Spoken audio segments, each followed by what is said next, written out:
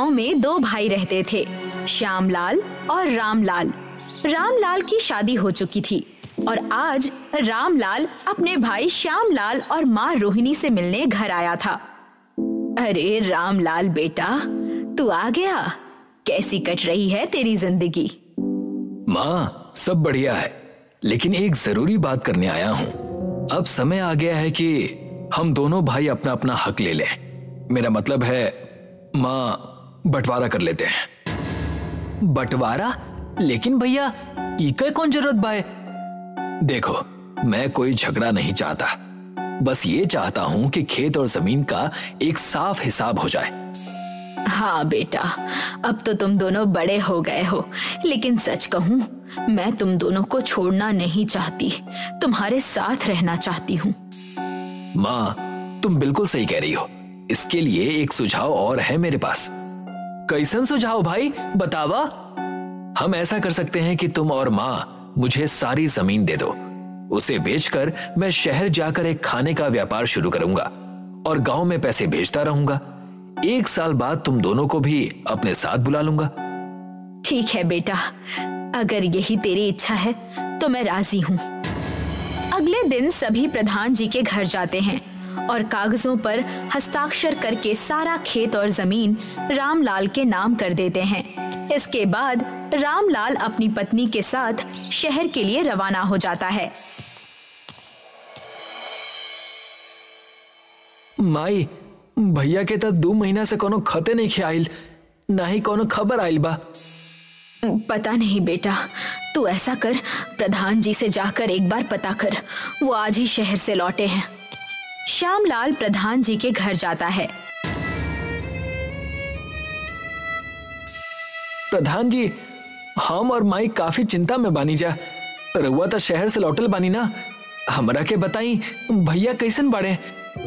श्यामलाल, तुम्हारा भाई तो अब काफी अच्छा कमा रहा है वहां। अच्छा? लेकिन जब मैं मिलने गया तो उसने मुझसे बात करने से इनकार कर दिया। काफी कहने पर उसने बस इतना कहा कि उस गांव से अब उसका कोई वास्ता नहीं है, मैं और मेरी पत्नी यहीं रहेंगे। और उसने आखिर में मुझे 4000 रुपए दिए और कहा कि ये श्यामलाल के खेत के दाम हैं। वैसे भी उस खेत से इससे ज्यादा कुछ नहीं निकलता। उसने ये भी कहा कि अब और पैसे भेजने का उसका कोई इरादा नहीं है। श्यामलाल प्रधान जी के दिए हुए पैसे लेकर बेहद दुखी मन से घर लौटने लगता है। श्यामलाल दुखी मन से चलता चलता एक पेड़ के पास पहुंचा और उदास होकर खुद से बड़बड़ाया। अब हम माई के कैसे बताई कि भैया इतना कड़ुआ बात कह दिले बाड़न? ना ना, माई तो टूट जाई, हम ऐसा नहीं कर सकत। एक अमीर व्यक्ति अपनी बैलगाड़ी पर एक बड़ा तंदूर लेकर आता है। भाई, क्या बात है? यूं उदास क्यों बैठे हो? श्यामलाल, जो पहले से ही बहुत दुखी था, उसकी आंखों से आंसू छलक गए। उसे भी किसी की तलाश थी जिसे वो अपना दुख बता सके। उसने उस व्यक्ति को अपनी सारी बातें बता दी। भाई, मैं तो दूसरे गांव का हूँ। मैं भी कभी तुम्हारी तरह एक बड़ी आफत में फंसा था। उस समय इस तंदूर ने मेरा साथ दिया था, जो मैं इस बैलगाड़ी में लेकर जा रहा हूँ। मैंने इसे अपने पास रखा है क्योंकि इसने मुझे एक नई जिंदगी दी थी। अगर तुम चाहो तो इसे मुझसे खरीद सकते हो, क्योंकि ये तंदूर मुझसे ज्यादा तुम्हारे काम आएगा। पर हमरा लगे इतना पैसा नहीं के बड़का भैया कि हम ये खरीद सकी। हमरा लगे तो बस ये 4000 रुपया बा भैया। अगर रउआ ठीक लगे तो एकरा बदले हमरा के दे दी। बस 2000 रुपए दे दो और बाकी के 2000 इस तंदूर से कोई व्यापार शुरू करने में लगाओ। ये कहकर वो व्यक्ति श्यामलाल को तंदूर सौंपकर वहां से चला गया। तंदूर को लेकर अपने घर की ओर बढ़ने लगा। श्यामलाल तंदूर लेकर घर आ गया और उसकी माँ रोहिणी ने पूछा, लाल, तू ये क्या उठा लाया है?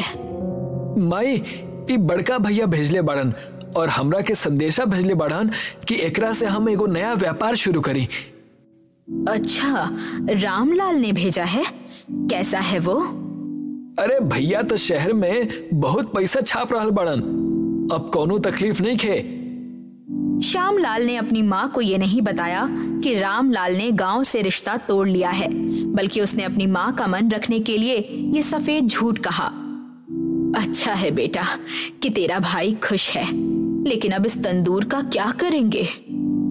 अरे माई, ई तंदूर से हम नया दुकान खोलब, तंदूरी लिट्टी चोखा। वो कैसे? माई, ई तंदूर में हम लिट्टी भी बना लेब और बैगन आलू भी सीख में डाल के एमे सेक लेब और फिर चोखा बना के लिट्टी के साथ बेचब। रोहिणी ये सुनकर बहुत खुश हुई और श्यामलाल, जो अपनी माँ को दुखी नहीं देखना चाहता था, इसलिए उसने भाई के बारे में झूठ बोलकर उनका मन खुश कर दिया। अगले दिन श्यामलाल ने बाजार में एक ठेले पर तंदूरी लिट्टी चोखा लगा रखा था और बगल में तंदूर पर लिट्टी पकने रखी थी। दुकान पर अब तक कोई नहीं आया था, पर तंदूरी लिट्टी की महक बाजार में फैल चुकी थी। अरे भाई श्यामलाल, ये क्या है? ये तंदूरी रोटी है क्या? और ये इतनी छोटी क्यों है? अरे ये कोनो रोटी नहीं खे, ये लिट्टी है, वो तंदूरी। खा के तो देखी, हमार ई तंदूरी लिट्टी चोखा। लुगाई के हाथ के खाना भुला जाए प्रधान जी। श्यामलाल ने प्रधान जी को एक प्लेट में लिट्टी चोखा दिया।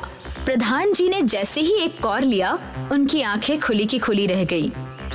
का भइल प्रधान जी, अच्छा ना लगल का? अच्छा, इससे अच्छी लिट्टी चोखा तो मैंने आज तक नहीं खाई। बरखुरदार, वाह क्या बात है! इतना बढ़िया व्यंजन, अब रोज सुबह नाश्ता तो यही करूंगा। प्रधान जी की तारीफ सुनकर और लिट्टी की महक से खींचकर आसपास के लोग भी ठेले के पास आने लगे। श्यामलाल ने सभी को लिट्टी चोखा परोसा और देखते ही देखते सारी लिट्टी खत्म हो गई और लोग वहीं खड़े होकर इंतजार करने लगे। अरे श्यामलाल बेटा, हमारे लिए कुछ बचा भी है या सब बांट दिया?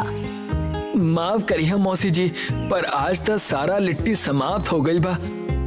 बेटा कल और लगाना, पूरे गांव में तेरी लिट्टी की ही बातें हो रही हैं, हमें भी खाना है। ठीक बा मौसी जी, काल आई तो सही, रउआ लिट्टी जरूर मिल जाई। इसके बाद श्यामलाल घर गया और अपनी माँ को दिखाया कि आज पहले ही दिन उसने 2000 रुपए कमाए हैं। बेटा, ये तो तूने 3 घंटे में अच्छे पैसे कमा लिए। कल से और सामग्री भर ले और मैं भी तेरे साथ चलूंगी, तेरा हाथ बटाने के लिए, और प्रधान जी से तेरे भाई के बारे में भी पूछ लूंगी। अरे माई, तू काहे परेशान होता रू, और भैया के बारे में तो हम तारा के खबर देत रहब। 2 महीने बीत गए थे और श्यामलाल का ठेला अब दुकान में बदल गया था। उसका छोटा सा घर अब एक अच्छे से मकान में बदल चुका था। माई, हम दुकान खातिर निकला तनी, और हाँ, बड़का भैया के हालचाल बढ़िया बा, प्रधान जी खबर देले रहलन। ठीक है बेटा, मैं भी आज बाजार आऊंगी, शायद फिर तेरी मदद करने। ठीक बा माई, जब तो हर मन करे आ जाइए।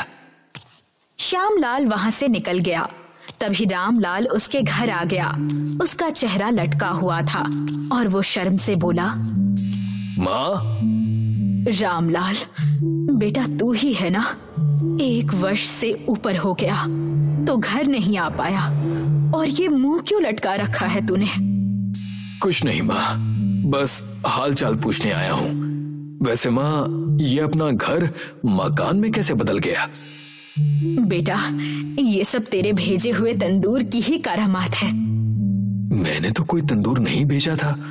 माँ ये क्या कह रही है? तूने ही भेजा था ना?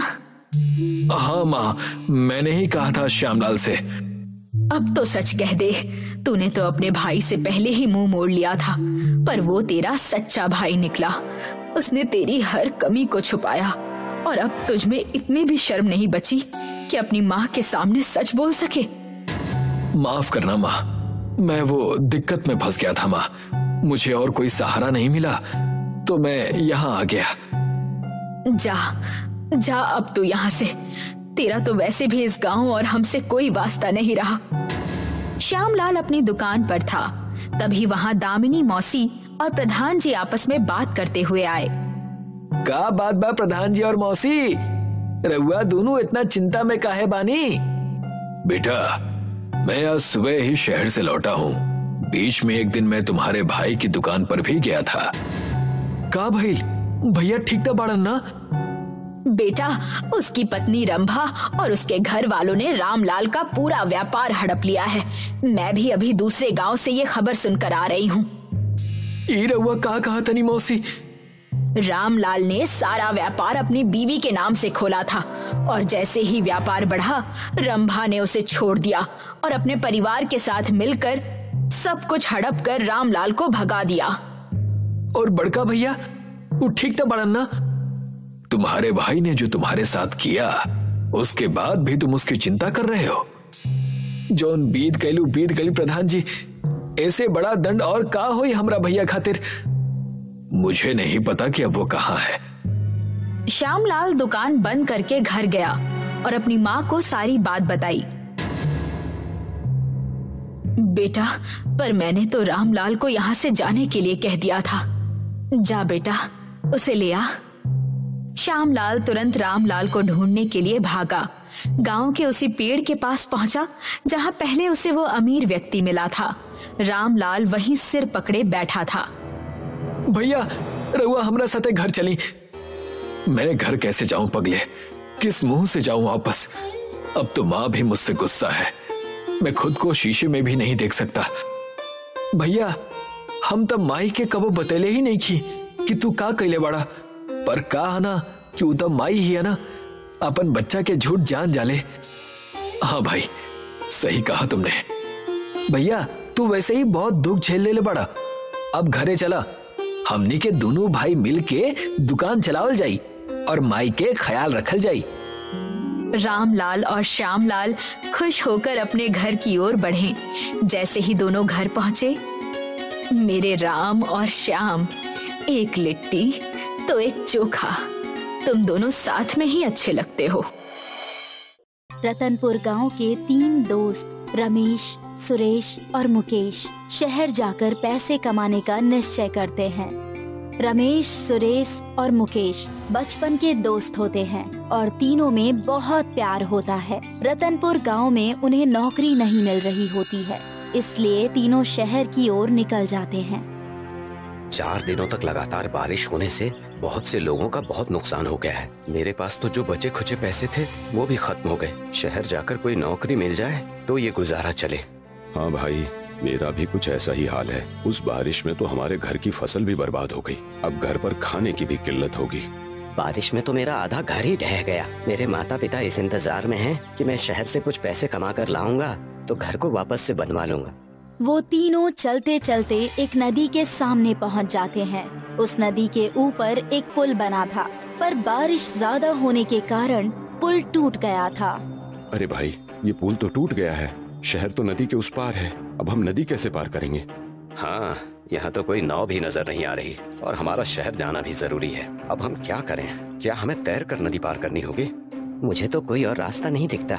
लगता है हमें तैर कर ही नदी पार करनी होगी, पर बारिश के कारण नदी में पानी भी बहुत ज्यादा है, इसीलिए हमें बहुत सावधानी बरतनी होगी। रमेश, सुरेश और मुकेश उस नदी में कूद जाते हैं। नदी में पानी बहुत ज्यादा होता है, इस वजह से उन्हें बहुत परेशानी होती है और जान का खतरा होता है। बड़ी मुश्किल से वो तीनों दूसरे छोर तक पहुंचते हैं। वहां पहुंचते ही सुरेश के हाथ में एक चिराग होता है। सुरेश, ये तेरे हाथ में क्या है? तुझे ये नदी में मिला क्या? हाँ यार, तैरते वक्त ये चीज मुझसे टकराई तो मैं इसे लेकर आ गया। ये देखने में तो किसी चिराग की तरह लग रहा है। क्या हम इसे बेचकर पैसे कमा सकते हैं? ये तो अलादीन के चिराग की तरह लग रहा है। सुरेश, रगड़ के देख, शायद इससे जिन बाहर आ जाए। सुरेश उस चिराग को रगड़ता है और उसके अंदर से सच में एक जिन बाहर आ जाता है, जिसको देखते ही सुरेश, मुकेश और रमेश के होश उड़ जाते हैं। जिसने मुझे बाहर निकाला उसका भला हो। इतने दिनों से उस नदी में मुझे बहुत ठंड लग रही थी और बाहर निकलने का जी कर रहा था, पर कोई मिल नहीं रहा था। हुकुम मेरे आका, मैं आपकी क्या सेवा करूं? सुरेश, मुकेश और रमेश एक दूसरे को देखते हैं और फिर जिन की तरफ अविश्वासी आंखों से देखते हैं। अरे आप लोग बस मुझे देखते रहेंगे कि कुछ कहेंगे भी? हुकुम करिए, आपका हुकुम मेरे सिर आंखों पर। तुम हमारे लिए क्या क्या कर सकते हो? जो आप बोलेंगे वो सब कुछ, पर हाँ, कोई गलत काम नहीं करता मैं। हम सब शहर जाकर पैसे कमाना चाहते हैं, क्या तुम उसमें हमारी मदद कर सकते हो? हाँ, मैं कर सकता हूँ। मैं पैसे कमाने में आप लोगों की मदद कर सकता हूँ। अच्छा, लेकिन कैसे? आप तीनों शहर जाकर होटल खोल लो। मुझे जादुई तंदूरी रोटी बनानी आती है। होटल में मैं जादुई तंदूरी रोटी बनाऊंगा और आप तीनों बेचना। फिर देखना, आपके पास पैसा ही पैसा होगा। पर हम होटल खोलेंगे कैसे? हमारे पास इतने पैसे नहीं हैं। हमें उधार लेना पड़ेगा। फिर जब हमारे पास पैसे वापस आएंगे तब हम उधार के पैसे चुका देंगे। रमेश, सुरेश और मुकेश जिन को लेकर शहर पहुंच जाते हैं। वहां पर उधार के पैसे से एक होटल खोलते हैं। उस होटल का नाम जिन खाना रखते हैं और उसकी स्पेशलिटी तंदूरी रोटी होती है। जिन जो तंदूरी रोटी बनाता वो बहुत ही स्वादिष्ट होती और लोगों को बहुत पसंद आती। कुछ ही दिनों में उनका होटल बहुत तरक्की कर लेता है और उनकी अच्छी कमाई होने लगती है। उनके होटल पर तंदूरी रोटी खाने के लिए लोगों की भीड़ लगने लगती है। जिन, तुमने तो हमारी जिंदगी बदल दी। तुम्हारी जादुई तंदूरी रोटी तो लोगों को बहुत पसंद आई। तंदूरी रोटी में अलग ही जादू है। हम तुम्हारा एहसान कभी नहीं भूलेंगे। क्या तुम हमें अपनी तंदूरी रोटी का राज बता सकते हो? मेरे आका, ये हम जिन्न लोगों की सीक्रेट रेसिपी है। ये हम आप लोगों को नहीं बता सकते, पर मैं हमेशा आपको ये बनाकर देता रहूंगा और आपका ये होटल हमेशा अच्छे से चलता रहेगा। होटल चलते हुए 1 साल हो जाता है। रमेश, सुरेश और मुकेश के होटल के सामने बहुत पहले से ही एक धीरज का होटल था। उसके मालिक का नाम धीरज था। पहले धीरज का होटल अच्छा चलता था, लेकिन जब से रमेश, सुरेश और मुकेश ने अपना तंदूरी रोटी स्पेशल होटल खोला, तब से धीरज का होटल चलना बंद हो गया। धीरज को इस बात का बहुत आश्चर्य होता था कि आखिर वो लोग ऐसा क्या बनाते हैं कि उनके होटल में इतनी भीड़ होती है। बस अब बहुत हो गया। हमारा धंधा तो बंद होने की कगार पर आ गया है। जब से इन लोगों ने स्पेशल तंदूरी रोटी बेचनी शुरू की है, तब से हमारा तो काम ही नहीं चल रहा। आखिर ये लोग ऐसा क्या स्पेशल बनाते हैं कि इनकी तंदूरी रोटी इतनी बिकती है और लोगों को इतनी पसंद है? अब मैं ये राज पता लगा कर रहूंगा। धीरज रमेश, सुरेश और मुकेश का सीक्रेट पता करने पीछे लग जाता है। वो एक दिन सुबह सुबह उनके किचन में चुपके से घुस जाता है और वहीं बैठ जाता है। वो देखता है कि जिन अपने चिराग से निकलता है और तंदूरी रोटी बनाने लगता है। अच्छा, तो ये राज है। अब मैं बताता हूँ इन लोगों को। इनका जादुई जिन्न ही मैं चुरा लूंगा, फिर वो मेरा हुक्म मानेगा और मैं भी बहुत अमीर बन जाऊंगा। धीरज रात में रमेश, मुकेश और सुरेश के होटल में घुसता है और जिन का चिराग उठाकर अपने होटल में ले जाता है। अब आएगा ना मजा। धीरज चिराग को जोर से रगड़ता है, पर उसमें से जिन निकलने की जगह चिंगारी निकलती है और उसका होटल जलने लगता है। धीरज डर जाता है और उसकी राख को वहीं पर गिराकर दौड़कर रमेश, सुरेश और मुकेश के होटल में जाता है। बचाओ, बचाओ, आग, आग, बचाओ!